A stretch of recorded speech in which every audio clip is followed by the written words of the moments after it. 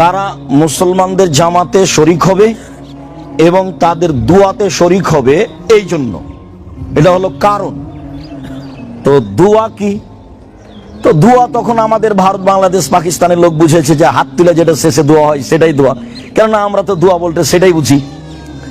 তো মুসলিম গ্রন্থে এসেছে যে দোয়া হলো ইউকাব্বিরনা মা'আন নাস, তারাও মানুষের সাথে কি করবে? তাকবীর পাঠ করবে। আল্লাহু আকবার, আল্লাহু আকবার, লা ইলাহা ইল্লাল্লাহ, আল্লাহু আকবার, আল্লাহু আকবার, ওয়ালিল্লাহিল হামদ। তাকবীর নিয়ে একটু কথা আছে, নতুন কথাও আছে পরে, যেটা আসছে পরের অংশে। তো এখন একজন মহিলা বলছে যে আল্লাহ রাসূল, আপনি কি মনে করেন ইহদানা লাইসা লাহা জিলবাব, আমাদের কারো যদি চাদর না থাকে, চাদর ছাড়া আরবিরা বের হয় না, তা আমাদের যদি কারো চাদর না থাকলে তাহলে কি করবে? আপনি যেভাবে বলছেন তো যেতেই তো হবে। তো অনেকের তো চাদর নেই। তখন আল্লাহ রাসূল বললেন লিতুলবিসা সাহিবাতুহা মিন জিলবাবিহা, কোন তার বান্ধবী তার চাদর তাকে দিবে, কারো চাদর নিবে। তা আগে তো আমাদের মানুষজন আত্মীয় স্বজনের বাড়ি বাড়াতে গেলে একজন আরেকজনের কাপড় চোপড় নিত। বুখারীর হাদিসে এসেছে আয়েশা রাদিয়াল্লাহু তাআলা আনহা একটা ছিল কামিজ জামা, এটা অন্যান্য মহিলারা বিবাহের বৈঠকে বসার জন্য নিয়ে যেত।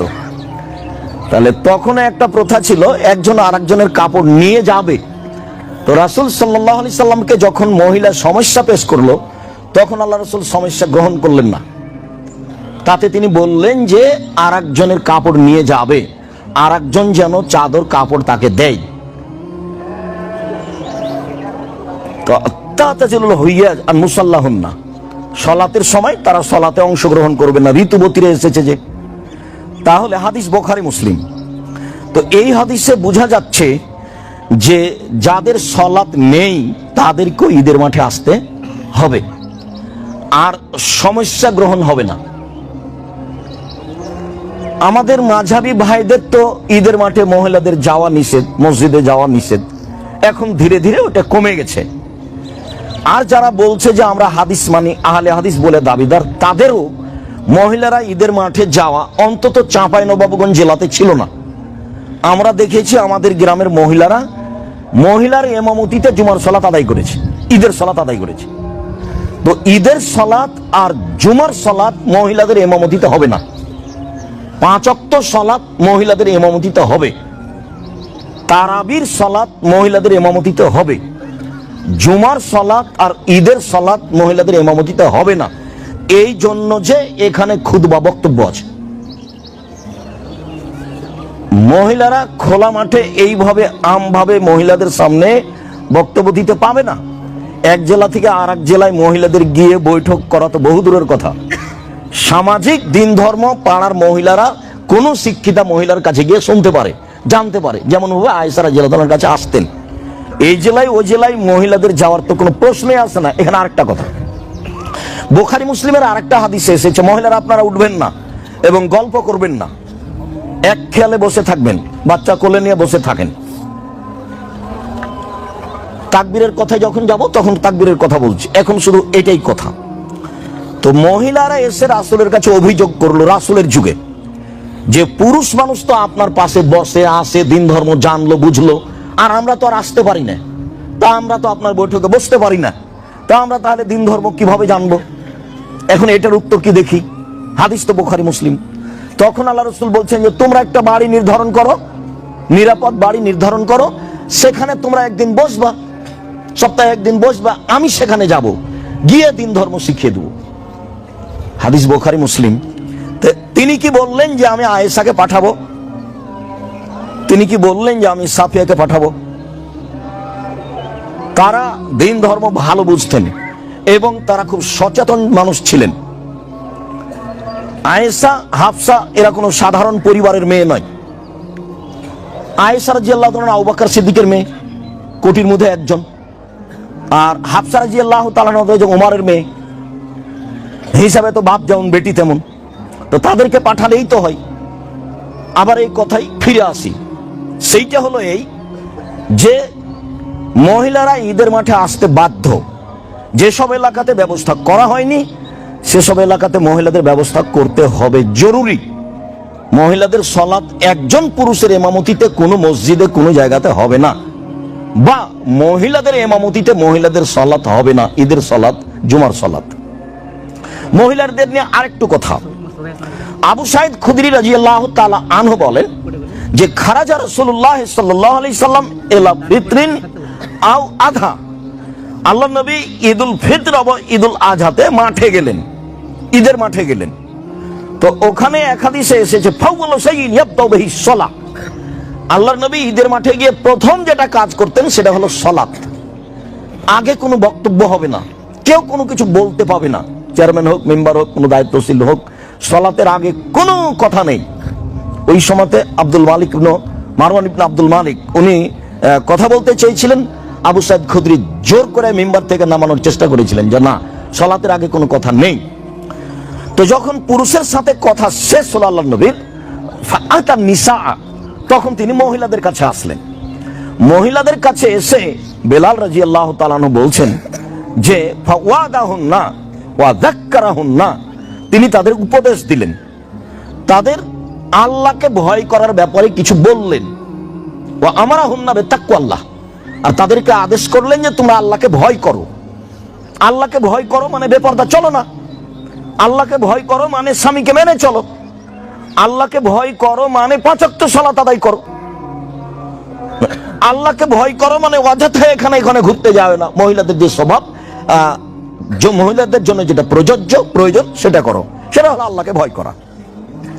তারপরে তিনি দান করতে বললেন। যখন দান করতে বললেন মহিলাদের, তখন বললেন তাসাদ্দাকু তাসাদ্দাকু তাসাদ্দাকু, তোমরা দান করো, তোমরা দান করো, তোমরা দান করো।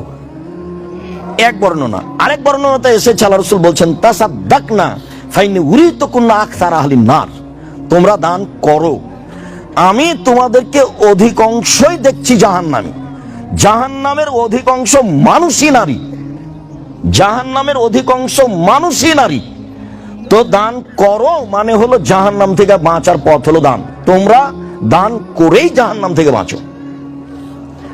তো এখন মহিলারা তাদের হাতকে কানের দিকে নিয়ে যেতে লাগলো, ইহবিনা ইলা আযানিহিন্না ওয়া হুলুকিহিন্না, তখন তাদের হাত তারা কানের দিকে নিয়ে গেল এবং গলার দিকে নিয়ে গেল। আর আংটির কথা এসেছে, কানের দুলের কথা এসেছে, গলার মালা বালার কথা এসেছে। তো এইগুলো খুলে খুলে ইয়াদফানা ইলা বেলালিন, বেলালের দিকে সবাই দিতে লাগলো। তো বেলাল রাদিয়াল্লাহু তাআলা আনহু বলছেন যে ওই সময়তে একটা শ্যামা বর্ণের মহিলা, গাল একটু উঁচু ভাব মনে হলো, উঁচু ভাব, এই মহিলাটা দাঁড়িয়ে বলল ওমা ইয়া রাসূলুল্লাহ, মহিলারা জাহান্নামে যাবে কেন? কেন বেশি মহিলারা জাহান্নামে যাবে, এর কি কারণ? ওই বৈঠকে একজন মহিলা বলে ফেলল। তখন আল্লাহ রাসূল উত্তর বলছেন যে তুকসিরনাল লানা ওয়া তাকফুরনাল আশিরা, দুইটা কারণ আল্লাহ রাসূল বললেন। এক, তারা আপোষে বদনাম গীবাত করে, এরর কথা খালি বলে, বুবু শুনেছো, ও যে এই, ও যে এই, অপ্রয়োজনীয় কথা। আর আরেকটা হলো স্বামীকে মেনে চলার ব্যাপারে তারা পূর্ণ প্রস্তুত নয়, স্বামীর অকৃতজ্ঞ। আমি উপস্থিত বৈঠকের দিনই মুসলিম বোনকে হিসাবে বলছি না, আপনার কিছু করার নেই, আমারও কিছু করার নেই, পুরুষেরও কিছু করার নেই, নারীরও কিছু করার নেই। নারীদের জান্নাতের একটা বড় মাধ্যমই স্বামী। যখন আল্লাহ রাসূল বললেন যে জান্নাতের সব দরজা খোলা ওই মহিলার জন্য যে মহিলা 1 5 ওয়াক্ত সালাত আদায় করে, 2 রমজান মাসের সিয়াম পালন করে, 3 স্বামীকে মেনে চলে, 4 জেনায় লিপ্ত হয় না। তো 4 নাম্বারটা তো একটা কর্ম, জেনায় লিপ্ত হয় না, ওটা সবার জন্যই জরুরি। কিন্তু আগের 3টা কি? 1 5 ওয়াক্ত সালাত, 2 রমজান মাসের সিয়াম, 3 স্বামীকে মেনে চলা। তাহলে কি হলো? তাহলে ইবাদতের সাথে একটা বড় অংশ কি হয়ে গেল? স্বামীকে মেনে চলা জান্নাতে যাওয়ার মাধ্যম। আমি এই জন্যই বলি, আজকে বলে নয়, চিরজীবনের বক্তব্য, মহিলাদের জন্য উচিত যে কোনো মূল্যে, তিতা লাগুক মিঠা লাগুক, স্বামীকে মেনেই চলতে হবে, এটা মেনে নিতে হবে। নিতান্তই যদি বুঝে যে সংসার করা যাবে না, সে সালাত আদায় করে না, মদ খায়, নিত সবসময় গালি দেয়, অন্যায়ের শেষ নাই, যদিও সিদ্ধান্ত নেয় যে চলা যাবে না, তো খোলা তালাক করে নিতে পারে। বুখারী মুসলিমের হাদিস, মহিলাও খোলা তালাক করে নিতে পারে।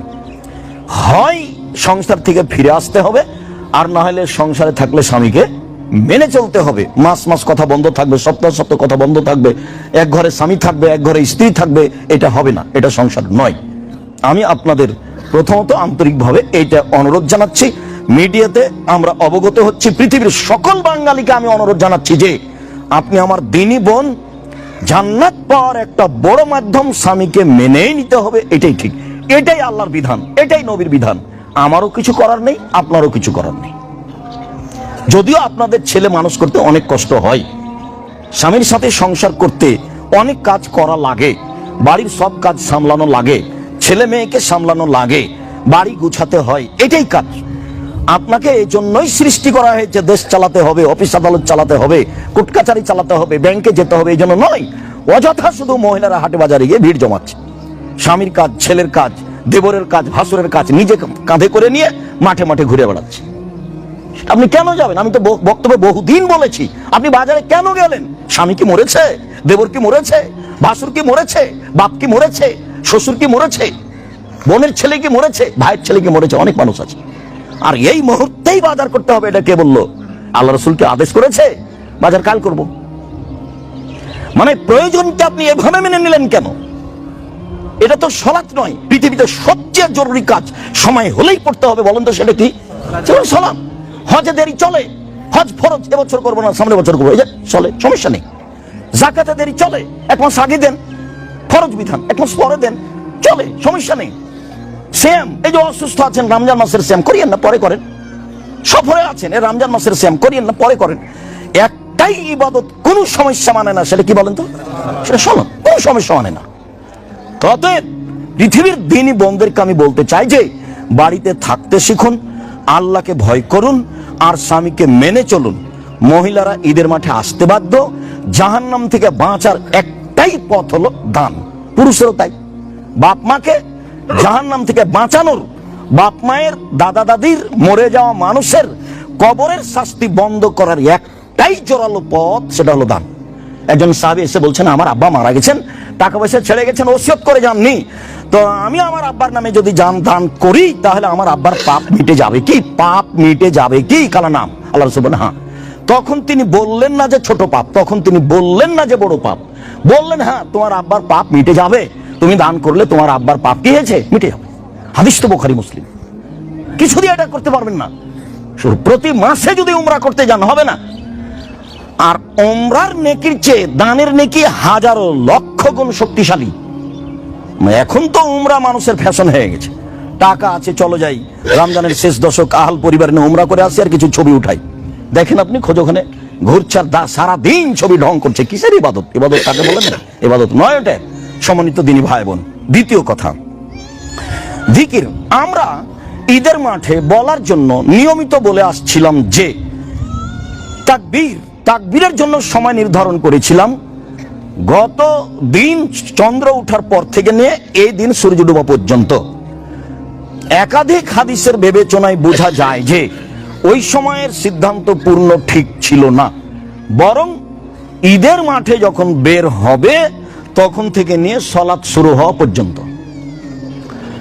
ইমাম জোহরি বলছেন যে কানান নাস ইউকাব্বিরুনা ফিল ঈদে, ঈদুল ফিতরে মুসাহাবি তাবেঈ জনগণেরা তাকবীর পাঠ করতেন হিনা ইয়াখরুজুনা মিন মানাজিলিহিম, যখন তারা বাড়ি থেকে বের হতো। বাড়ি থেকে বের হতো তাকবীর শুরু করে, হাত্তা ইয়াতুল মুসাল্লা, ঈদের মাঠে আসা পর্যন্ত, এক বর্ণনা। দুই, হাত্তা ইয়াখরুজাল ইমাম, ইমাম সালাতের জন্য এইখানে আসা পর্যন্ত। ফাজা খারাজাল ইমাম সাকাতু, যখন ইমাম এখানে চলে আসতেন সালাতের জন্য তখন তারা আর তাকবীর পাঠ করতেন না। সহিহ হাদিস। আর একটা সহিহ হাদিস আব্দুল্লাহ ইবনে উমর থেকে যে কানান নবী সাল্লাল্লাহু আলাইহি সাল্লাম ইয়াখরুজু ইয়াউমাল ফিতরে, আল্লাহর নবী ঈদুল ফিতরে বাড়ি থেকে বের হতেন, ফায়ুকাব্বির, তখন তাকবীর পাঠ করতেন, হাত্তা ইয়াতিয়াল মুসাল্লা, ঈদের মাঠে আসা পর্যন্ত, ওয়া হাত্তা ইয়াখরুজা লিসসালাহ, সালাতে আসা পর্যন্ত, অফিরায়াতিন হাত্তা ইয়াজিয়া সালাহ, সালাত শেষ হওয়া পর্যন্ত। ফায়দা কাজা সালাতা কাতা তাকবীরা, যখনই সালাত শেষ হয়ে যেত তখন তাকবীর বন্ধ। তাহলে আমাদের তাকবীর যন্ত্রের মাধ্যমে অনলাইনে যারা যেখানে আছি সময়ের গতিতে যেখানে জানতে পারবো।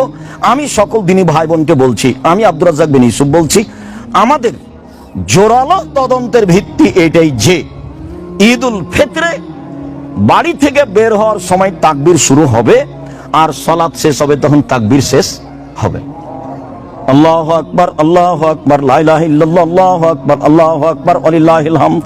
আরেকটা, ঈদুল আজহাতে জুলহিজ্জার 1 তারিখ থেকে যেদিন কুরবানির চন্দ্র উঠবে সেদিন থেকে আইয়ামে তাশরিক ঈদুল আজহার পরের দিন পর্যন্ত 3 দিন। তাহলে কতদিন হলো? এক টানা 13 দিন। বুখারীর হাদিসে এসেছে, ইয়াখরুজু আব্দুল্লাহ ইবনে উমর ও আবু হুরায়রা ইলা সুকে ওয়া ইউকাব্বিরানে। আব্দুল্লাহ ইবনে উমর, আবু হুরায়রা রাদিয়াল্লাহু তাআলা আনহু তারা বাড়ি থেকে বাজারের দিকে যেতেন আর তাকবীর পাঠ করতেন। ওয়া ইউকাব্বিরুন নাস বিতাকবীরিহিমা, জনগণ তাদের দুইজনের তাকবীরের সাথে সাথে তাকবীর পাঠ করত। আর আলী রাদিয়াল্লাহু তাআলা আনহু বলছেন যে তাকবীর চলবে ইলা সালাতিল আসর ফি আইয়ামিত তাশরিক। আইয়ামিত তাশরিক মানে কুরবানির পরের 3য় দিনের আসরের সালাত পর্যন্ত। সূর্য ডুবলেই তো 14 দিন চলে এসেছে, 14 দিনের দিন চলে এসেছে। এই জন্য এই তাকবীর চলবে কুরবানিতে আইয়ামে তাশরিক ঈদের 3 দিন পর আসর পর্যন্ত, 3য় দিনের আসর পর্যন্ত, ঈদের পরে 3 দিনের 3য় দিন আসর পর্যন্ত। তাহলে কুরবানিতে তাকবীর শুরু হচ্ছে কবে? 1 তারিখ থেকে, শেষ হচ্ছে কবে? 13 তারিখে গিয়ে আসরের সালাতের পর। আসরের সালাতের পরে তাকবীর পড়ে থামতে হবে। কথা কি আমরা স্পষ্ট বুঝেছি?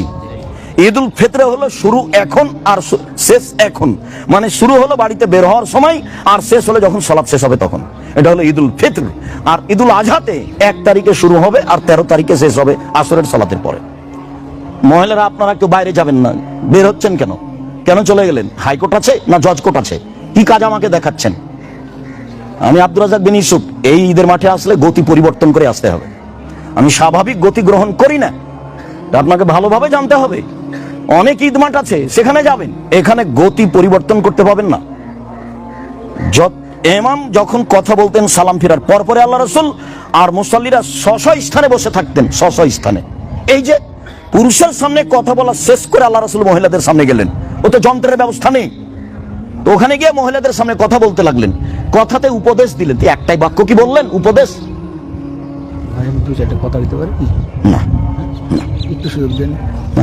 ওই পড়ার যে একটা ঈদগাহ, এখন হচ্ছে 2টি ঈদগাহ লাইনগুলোতে, আপনার জন্য মনে আশা করছি, এর জন্য যে আমি কথা ডুপ্লিকেট আচ্ছা পরে আপনাকে বলতে হবে। আচ্ছা বলছি, তোমার কথা বলবো আমি, ঠিক আছে। এতদিন ছোটবেলা থেকে 44 বছর বয়স হয়নি, তিনটাই দিয়ে এসেছি, এখন 2টে। আচ্ছা ওটা আমি জানাচ্ছি, আগামীতে যেন অবশ্যই চেষ্টা করছি। বারাকাল্লাহ, জাযাকুমুল্লাহ, বারাকাল্লাহ। অবশ্যই। ওটা জেকের তোমাদের সম্পর্কে কে হয়? ভাই না চাচা? মামা। ও তো এ বেদগাড়াতে না, বেদগাড়া বল ডাঙ্গিপাড়ায় 2টা ঈদের মাঠ ছিল। তো আমরা খুব চেষ্টা করেছিলাম যে 3টে, যাই হোক 2টা-3টে যাই হোক। তো যখন আমরা চেষ্টা করেছিলাম যে জামিয়া সালাফে আপনাদের বড় প্রতিষ্ঠান, ঈদের মাঠটা সবাই এখানে এসে করি, তা আমরা খুব চেষ্টা করেছিলাম। সফল হব মনে করে 2বার আমি এখান থেকে মুসাল্লিকে নিয়ে গিয়ে ওখানে পড়েছি। এখানে বসা মুসাল্লিকে নিয়ে গেছি কোথায়? ওই মাঠে নিয়ে গেছি যাতে এটা সমাধা হয়। কিন্তু এখন তো সমাধা তো উপরওয়ালা কি চান আমরা তো বুঝতে পারি না, উনি যেটা চান সেটাই হবে। আমার চেষ্টা সফল হয়নি, তো তারপর আমি চেষ্টা করতে থাকি। তো আলহামদুলিল্লাহ এই ঈদে এখন শুধু এই যেটা শুনতে পাওয়া যাচ্ছে পাশে, এটাই বহাল আছে। আর ওইদিকে যেটা ছিল তারা আপনাদের এখানে চলে এসেছে এবং তারা তাদের ঈদ মাঠকে এটা তারা বন্ধ করে দিয়েছে। আমরা এখানে ঈদের মাঠ চালাবো না। তো আমি এটা আগে অবগত হয়েছি, আলহামদুলিল্লাহ। আপনাদের আমরা শুকরিয়া আদায় করি, জাযাকুমুল্লাহ খাইর। আল্লাহ আরো যারা আছে ওদেরকে যেন আল্লাহ হেদায়েত করেন। এতে আমাকে যদি কিছু করা লাগে, কিছু বলা লাগে, বৈঠক করা লাগে, কিছু করা লাগে, ঈদের মাঠ কি করতে হবে সেটা করা লাগে, সেটা আমি করবো ইনশাল্লাহ। বস, জাযাকুমুল্লাহ খাইর। আমরা উপরওয়ালাকে বলছি, আলহামদুলিল্লাহ। আচ্ছা জাযাকুমুল্লাহ খাইর, তোমার ভালোবাসাকে স্বাগতম জানাই। তো এইবার বুঝলাম একটু তাকবীরে যে তদন্তটা ছিল, সেই তদন্ত কোরআন মাজিদের একাধিক আয়াত অনুপাতে বাড়ানো যায়। সেটা সব কুরবানির সাথে। আল্লাহ তাআলা বলছেন যে ফাযকুরুল্লাহ ইনদাল মাশারিল হারাম, হজ করতে গিয়ে মুজদালেফার মাঠে একটা জায়গা আছে মাশারে হারাম, সেখানে একটা মসজিদ আছে এখন। সেটা হলো মুজদালেফার শেষের দিকে এসে, সেখান থেকে ডান সাইডে যাওয়ার লাগে পাথর মারতে, এখানে মসজিদ বানানো হচ্ছে মাশারে হারাম। এখানে তোমরা আল্লাহকে ডাকো, একবার আল্লাহ বলছেন। আর একবার বলছেন যে ওয়াজকুরুহু কামা হাদাকুম, আল্লাহ তোমাদের যেভাবে ডাকতে বলেছেন সেভাবে ডাকো। আর একবার বললেন ওয়াজকুরুল্লাহ ফি আইয়ামি মাদুদাত, কুরবানির ঈদের 3 দিন পর পর্যন্ত আল্লাহকে ডাকো। তো আল্লাহকে ডাকো মানে জিকির। তো আমরা তো দীর্ঘদিন থেকে বলে আসছি জিকির বলতে আল্লাহু আকবার, আল্লাহু আকবার, লা ইলাহা ইল্লাল্লাহ, আল্লাহু আকবার, আল্লাহু আকবার, ওয়ালিল্লাহিল হামদ। তো জিকিরে তাসবিহগুলোকে নিয়ে আসতে পারি, এই আয়াতের সারমর্ম এটাই। সেটা হলো এই সুবহানাল্লাহ, আলহামদুলিল্লাহ, ওয়া লা ইলাহা ইল্লাল্লাহ, আল্লাহু আকবার। সেটা হলো এই সুবহানাল্লাহ ওয়া বিহামদিহি সুবহানাল্লাহিল আযীম। সেটা হলো এই সুবহানাল্লাহ ওয়া বিহামদিহি সুবহানাল্লাহ ওয়া বিহামদিহি, যার সংখ্যা হলো 100 বার। তাহলে আমরা জিকিরে আল্লাহু আকবার, আল্লাহু আকবার, লা ইলাহা ইল্লাল্লাহ, আল্লাহু আকবার, আল্লাহু আকবার, ওয়ালিল্লাহিল হামদ, এর সাথে এগুলো জিকির লাগাতে পারি। আরো একটা জিকির চিরদিন সালাতের সাথে খাস করে এসেছি, তো জিকির হিসাবে মানুষ সেটা আনতে পারে, আমাদের অতীতে নাই করা আছে। সেটা হলো এই মুসলিমে এসেছে, সালাত শুরু করবে যখন নফল সালাত, তখন এটা এসেছে আলহামদুলিল্লাহ কাবিরা, আলহামদুলিল্লাহ কাসিরা, ও সুবহানাল্লাহ বুকরাতাও ও আসিলা। এটা মানে ওই সানা, তো সেটাও জিকির।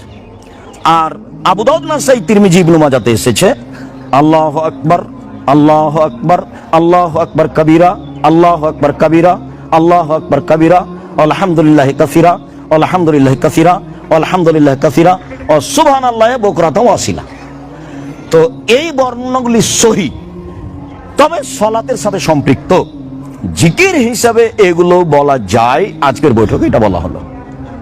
এতদিন যাবৎ শুধু কি ছিল? আল্লাহু আকবার, আল্লাহু আকবার, লা ইলাহা ইল্লাল্লাহ, আল্লাহু আকবার, আল্লাহু আকবার, ওয়ালিল্লাহিল হামদ। জিকির হিসাবে ওগুলো আমরা আনতে পারি।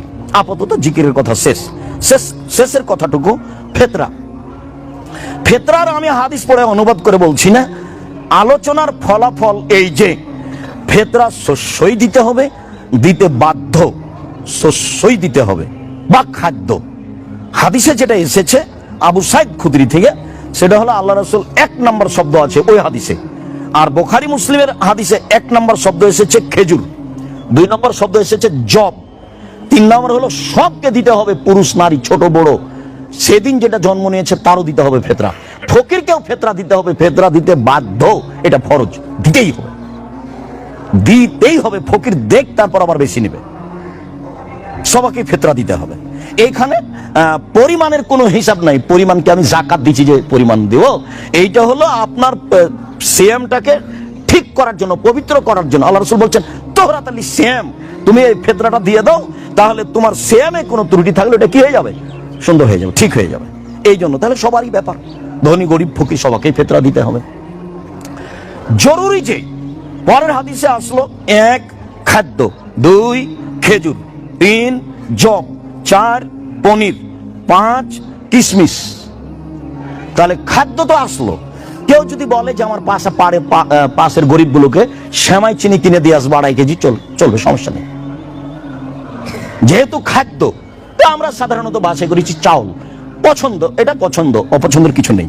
তা আপনি যদি মনে করেন যে সেমাই দিব, চিনি দিব, আটা দিব, দেন। পরিমাপ 2.5 কেজি, এটাই ঠিক। 19-20 কেউ বলতে পারে, 2 কেজি 400 বলতে পারে, কেউ 2 কেজি 600 বলতে পারে। তা আমাদের যেটা আগে থেকে হিসাব আছে 3.5 2.5 কেজি, এটা ঠিক আছে। এখান থেকে আমাদের ফেরার কোনো সুযোগ নাই। মাথা পিছু 2.5 কেজি, মাথা পিছু 2.5 কেজি চাউল শস্যই দিতে হবে, এটাই চূড়ান্ত। এই কথার শেষে আসি। এইবার আবু সাইদ খুদরি রাদিয়াল্লাহু তাআলা বলছেন যে আমরা একসা করে দিচ্ছি। একদা রাসূলের অবর্তমানে মুআবিয়া রাদিয়াল্লাহু তাআলা সিরিয়া থেকে আসলেন হজ করতে বা উমরা করতে। এসে মিম্বারে উঠে তিনি একটা বক্তব্য দিলেন। বক্তব্যে বলছেন যে আমি মনে করি, মুআবিয়া বলছেন রাদিয়াল্লাহু তাআলা, আমি মনে করি আন্না মুদ্দাইনে মিন সামারাই শাম, সিরিয়ার অর্ধ সা গম মদিনার 1 সা খেজুরের সমান মূল্যে। মান টাকার হিসাব করলে 1 সা খেজুর মদিনার দিয়ে অর্ধশা গম পাওয়া যাবে কোথাকার? সিরিয়ার। কথা স্পষ্ট কি? এইটা মুআবিয়া বক্তব্যে বললেন। ফাখাজান নাস বিজালিক, জনগণ বলল আচ্ছা ঠিক আছে, তাহলে ভালো, আমরা এখন কি দেব? অর্ধশা গম দেব। এখন আমরা যারা মাযহাব মানি, তারা অর্ধশা গম কিভাবে দিতে গেলাম, এখন দিতে গেলাম শায়ের পরিমাপ, মদিনাটা হলো 2.5 কেজি আর ইরাকেরটা হলো 3.25 কেজি, 3 কেজি, 3.25 কেজি। তো এখন ইরাকেরটা শা ধরে অর্ধেক নিলাম, অর্ধেক গমের দাম ধরে টাকা ধরলাম, অল্প টাকা হলো। কথা বুঝতে পারেননি? আবার একটু বুঝেন, কারোর প্রতি হিংসাও করতে হবে না, ঘৃণাও করতে হবে না। মানুষকে বলতে হবে রাসূলেরটা মানেন। যখন বলছে কে বলেছে 2 আযান কি বেদাত নাকি, 2 আযান কি বেদাত নাকি, তখন সেই রাসূলেরটা মানলে হয় না? রাসূলেরটা মানলে তো ভালো হয় নাকি?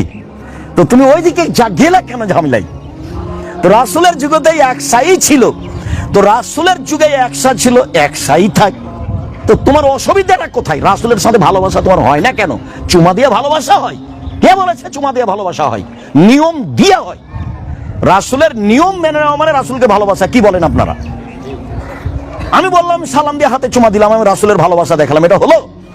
মিলাদ করলাম, একবারে গাড়ির বহার নামলাম, একবারে ওটাকে কি বলে র্যালি দিয়ে মুহাম্মদ সাল্লাল্লাহু আলাইহি ওয়াসাল্লামের জন্মদিবস পালন করলাম, সেটা কি হলো? দাড়ি চাঁচা আছে, হাতে সিগারেট আছে, তখন ও বলছে যে আমি নবীর জন্মদিবস পালন করছি, এটা কি হলো? এটা মজাক করা হলো না? আমার বক্তব্যের এক জায়গাতে আছে যে এসার সালাত আদায় করে দোকানে বসে আছে, মাথায় টুপি আছে, ল্যাংটা মেয়ে নাচছে। তো এখন তোমার আব্বাকে জিজ্ঞাসা করো তো, ছেলে আব্বা আপনি কি ভালো মানুষ? তো সবাই এখন চুপ। তোমার আব্বাকে তুমি বলো যে তোমার আব্বাই বলুক যে আমি কি ভালো মানুষ। এটা হলো যে আপনি দাড়ি চাঁচা আছে, হাতে সিগারেট আছে আর রেলি বের করেছেন মুহাম্মদ সাল্লাল্লাহু আলাইহি ওয়াসাল্লামের জন্মদিবসের? এগুলো নয়। মুহাম্মদ সাল্লাল্লাহু আলাইহি ওয়াসাল্লামের যুগে যে সা ছিল এক সা, সেটাই মেনে নিতে হবে ভালোবাসার খাতিরে। আর মদিনার যে শায়ের পরিমাণ আজও সবারই বন্ধু বান্ধব, ছেলে মেয়ে, ভাতিজা ভাস্তি আছে, জিজ্ঞাসা করেন এই ছেলে মদিনার বাজার একটা সা কিনো তো, সামনে পরিমাপ, যেটা আমাদের চাঁপাইনবাবগঞ্জে শেয়ার কাঠা, মহিলারা চাউল মাপতো, ওটার নাম কি ভাই? কাঠা। আর যেটাতে ধান মাপতো গলিতে, সেটার নাম কি? আড়ি। তো সেটা একটা মাপের জিনিস নয়? তো সা হলো একটা মাপের জিনিস। তো এখন আপনি বলেন যে দেখো তো মদিনাতে একটা সা বাজারে কিনে চাউল দাও তো কত কেজি ধরে? 2.5 কেজি ধরবে, 19-20। ইরাকে যারা আছে তাদেরকে বলেন যে তুমি একটা সা কিনে মাপো তো, বলে 3 কেজি ধরবে বা 3 কেজি ধরবে। ওইখান থেকে অর্ধেক ধরে নিয়ে টাকা ধরে নে, ফেতরা হলো এত টাকা। ভালোবাসা রাসূলের সাথে হতে হবে, অন্য কারোর সাথে নয়। আপনি আপনার ভাই বোনকে বলেন, কথার শেষে চলে আসলাম, যেহেতু ঈদের দিন আল্লাহ রাসূল দান করতে বলতেন, আমি দান করতে বলি তখন বলি 10 টাকা হলেও করবেন। এর অর্থ এই না যে আপনাকে আমি 10 টাকায় দান করতে বলি। আমি বলি যে পতিতালয়ের মহিলা যদি কুকুরকে পানি পান করে জান্নাত পেতে পারে, তো জামিয়া সালাফিয়ার মতো শিরক মুক্ত, বিদআত মুক্ত, দল মুক্ত, সংগঠন মুক্ত, হিংসা মুক্ত বিশাল প্রতিষ্ঠান, যেখানে এতিম আর অসহায় ভরা, 519 জন খালি এতিম অসহায় আছে, প্রায় 5000 ছেলে মেয়ে, 300 জন শিক্ষক শিক্ষিকা, 519 জন খালি এতিম অসহায় আছে। এগুলোকে আমি কেন রাখি? আল্লাহ রাসূল বলেছেন অনেক সময় অসহায় মানুষের উপর দিয়ে আল্লাহ বালা মুসিবত দূর করে দেন। তো ওগুলো দিয়ে যেন আল্লাহ আপনাদের জামিয়া সালাফির বালা মুসিবতকে কি করে দেন? দূর করে দেন। সেই জন্য আর আপনাদেরকে বলি যে এদের সাথে থাকবেন, এদের সহযোগিতা থাকবেন। এরা এতিম, এরা অসহায়, এরা এখানে থাকে খায়, অবশ্যই আপনার ভালোবাসা থাকবে। আর ইয়াদুলুলিয়া খায়রু মিনাদি সুফলা, দেওয়া ভাত ভালো নেওয়া হাতের চেয়ে, কোটা গেলো তোমরা দাও। আমি যখনই দিতে বলবো তখনই 10 টাকা দিবেন, মনটা বড় করবেন। ঈদের মাঠে এসেছেন জামিয়া সালাফে, একটু 2000 টাকা হাতে করে আসবেন, 500 টাকা হাতে করে আসবেন, 100 টাকা হাতে করে আসবেন। দিতে বললেই 10 টাকা দিতে হবে, আমি না করিনি। তো কাজ তো আসলে বেশি টাকা দিয়ে হয়। তাবুকের যুদ্ধে যেতে হবে, কে কি দিবা? তাও উমর বলছেন এইবার আবু বকর সিদ্দিককে ঠেকাবই, আমি নাকি বেশি করবো, অর্ধেক দিলাম অর্থ সম্পাদের। আবু বকর আপনাকে আর আল্লাহকে বাড়িতে রেখে সব দিয়ে দিলাম, এবার ও মানে ভ্যান ভাড়া হবে না। কিন্তু বাক্যকে ডিঙ্গে যেতে পারবেন আর কেউ? কিয়ামত পর্যন্ত সবার পথ বন্ধ করে দিয়েছেন, এটা ডিঙ্গে যাওয়া যাবে না। যেমন হচ্ছে উসমান, এবার কাজ হবে। উসমান, আপনার যত লোক যাবে তাবুকের যুদ্ধে, সমস্ত অর্ধেকের যাতায়াত খরচ, খাওয়া খরচ আমি দিলাম। এর নাম টাকা। 30,000 লোক ছিল, 30,000, 15,000 লোককে 15,000 উট দিবেন এবং 3 মাসের খাওয়া খরচ দিবেন।